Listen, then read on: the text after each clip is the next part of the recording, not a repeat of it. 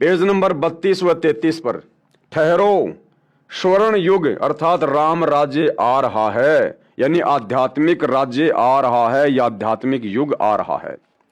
एक अधेड़ उम्र का औदार्य यानी उदार अजोड़ महासत्ता अधिकारी भारत ही नहीं सारी पृथ्वी पर स्वर्ण युग लाएगा और अपने सनातन धर्म का पुनरुत्थान करके यथार्थ भक्ति मार्ग बताकर सर्वश्रेष्ठ हिंदू राष्ट्र बनाएगा। ध्यान से सुनना भाइयों और बहनों, लिखने वाले सतलोक आश्रम वाले हैं। क्या लिख रहे हैं? और अपने सनातन धर्म का पुनरुत्थान करके, यानी जो सनातन धर्म धीरे धीरे लुप्त होता जा रहा है, लुप्त हो ही चुका है, केवल सनातन का नाम रह गया, बाकी सारे कर्म और भक्ति सनातन के विपरीत भारतवासी कर रहे हैं।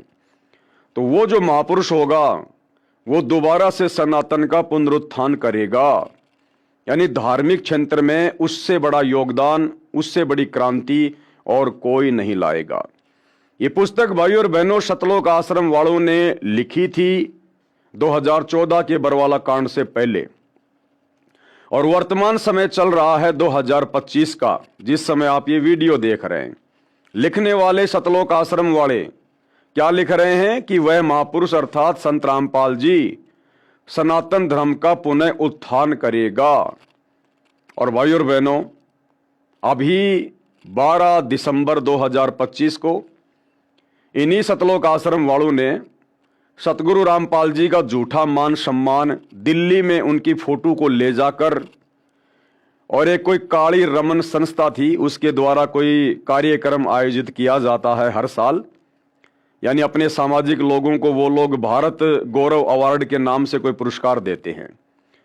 तो सतलोक आश्रम वाले वहां पर सतगुरु रामपाल जी की फोटो को ले गए, क्योंकि सतगुरु रामपाल जी वर्तमान 2025 में हिसार जेल में बैठे हुए, और वहां जाकर इन लोगों ने सतगुरु रामपाल जी का उस संस्था से सम्मान करवाया।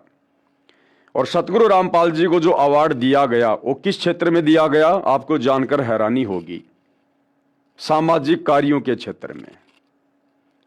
यानी हरियाणा में जो बाढ़ आई हुई थी, इन सतलोक आश्रम वालों ने फ्री में मोटर और पाइपें देकर बाढ़ का पानी निकलवा दिया, जिस कारण से इन्होंने सतगुरु रामपाल जी को सामाजिक कार्यकर्ता के रूप में ज्यादा प्रसिद्ध कर दिया।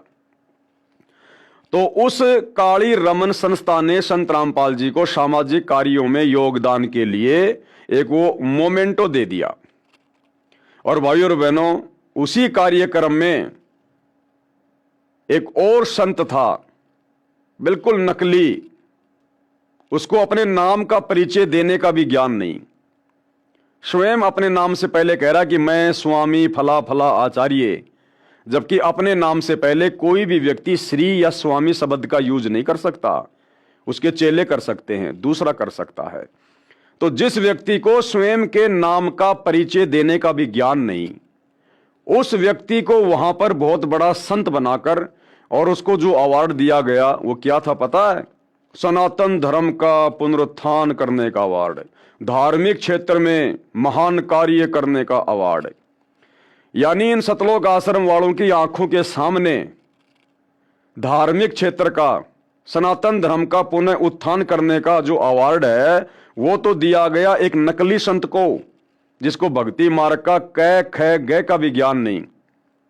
और सतगुरु रामपाल जी जो वास्तव में सारी सृष्टि के रचयिता हैं, अध्यात्म की जिन्होंने शुरुआत की है, इनके अलावा भक्ति मार्ग के विषय में कोई ABCD भी बता नहीं सकता, उस महापुरुष सतगुरु रामपाल जी को इन मंदबुद्धि सतलोक आश्रम वालों ने धार्मिक क्षेत्र का अवार्ड नहीं दिलवाया, सनातन धर्म के पुनरुत्थान का अवार्ड नहीं दिलवाया, केवल सामाजिक कार्यों में सहयोग करने का एक अवार्ड दिलवाया। एक छोटा सा वीडियो आपको दिखा देता हूं भाइयों और बहनों।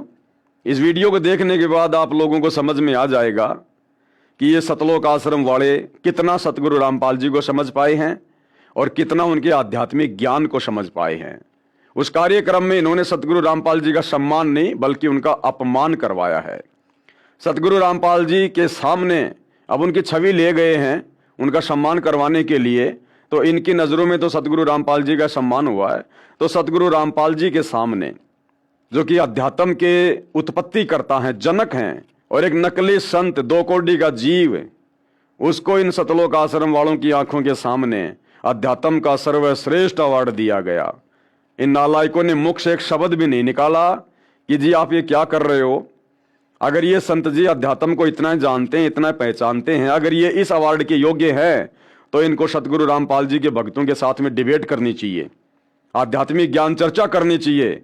उसके बाद जो विजयी हो उसको ये अवार्ड दिया जाना चाहिए। लेकिन ये आश्रम वाले मान बढ़ाई के भूखे बैठ गए वहां पर सबसे आगे, सर पे पैर के पगड़ी, और अपनी आंखों से देखते रहे सतगुरु रामपाल जी की बेइज्जती।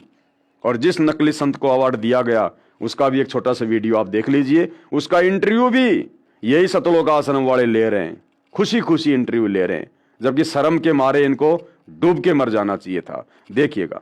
यहाँ पर कुछ संतों को भी अवार्ड दिया गया है, साथ में संत रामपाल जी को भी अवार्ड दिया गया है, तो यहाँ बातचीत करेंगे। नमस्कार जी। नमस्कार। क्या नाम है जी? स्वामी गौरी शंकराचार्य। आपको भी अवार्ड दिया है, अभी हमने देखा आपको भी अवार्ड दिया गया है। थोड़ा हमारे दर्शकों को बताइए कि आपके जिन कार्य क्षेत्र हैं उनके लिए बताइए। देखिए, हम धार्मिक क्षेत्र के व्यक्ति हैं। हमारा काम सनातन वैदिक धर्म का प्रचार प्रसार करना। हम लगभग 18 देशों में इस वक्त सनातन धर्म का प्रचार करते हैं, ठीक है। और योग है हमारा जो सब्जेक्ट है, मेडिटेशन है। इस प्रकार से हम समाज में कई देशों में हम लोग कार्यक्रम करते हैं। और विशेष हम ये कह सकते हैं कि हम एक सच्चे सिपाही है सनातन वैदिक धर्म के, और उसके लिए जो हो सकता है क्षेत्र में हम आगे बढ़ते हैं। तो भाई और बहनों, ये छोटा सा वीडियो दिखाने का मेरा मकसद ये था कि जो सतलोक आश्रम वाले इस पुस्तक में खुद लिख रहे हैं सतगुरु रामपाल जी के विषय में कि सनातन धर्म का पुनरुत्थान करके यथार्थ भक्ति मार्ग बताकर सर्वश्रेष्ठ हिंदू राष्ट्र बनाएगा, तो सतगुरु रामपाल जी के बारे में ये खुद क्या लिख रहे हैं। और वर्तमान में ये लोग सतगुरु रामपाल जी को भक्ति मार्ग का सर्वश्रेष्ठ योद्धा घोषित ना करके, साबित ना करके, एक छोटे से सामाजिक कार्यकर्ता के रूप में समाज के सामने पेश करके उनकी बेइज्जती करवा रहे हैं। तत्पश्चात ब्रह्म देश यानी बांग्लादेश, पाकिस्तान, बांग्ला, श्रीलंका, नेपाल, तिब्बत, अफगानिस्तान, मलाया आदि देशों में वही सार्वभौम धार्मिक नेता होगा। यानी पूरे एशिया में सतगुरु रामपाल जी ही सबसे बड़ी सार्वभौमिक सत्ता के रूप में, शासक के रूप में उभर कर आएंगे। और सत्ताधारी चांडाल चौकड़ियों यानी वर्तमान में जो राजनीति का हिस्सा हैं, मंत्री, प्रधानमंत्री, मुख्यमंत्री, सत्ताधारी चंडाल चौकड़ियों पर उसकी सत्ता होगी। ये सारे के सारे फेल हो जाएंगे। वर्तमान के राजनेता, वर्तमान की पार्टियां हाथ खड़े कर देंगे, क्योंकि ये युग परिवर्तन का दौर चल रहा है। 2028 निर्धारित है। ऐसी विकट परिस्थितियां देश और दुनिया में पैदा होंगी, ये राजनेता ऊपर को हाथ खड़े करके भागेंगे, जैसे नेपाल में भाग रहे थे। उस समय सतगुरु रामपाल जी अपने हाथों में पूरे विश्व की बागडोर को संभालेंगे।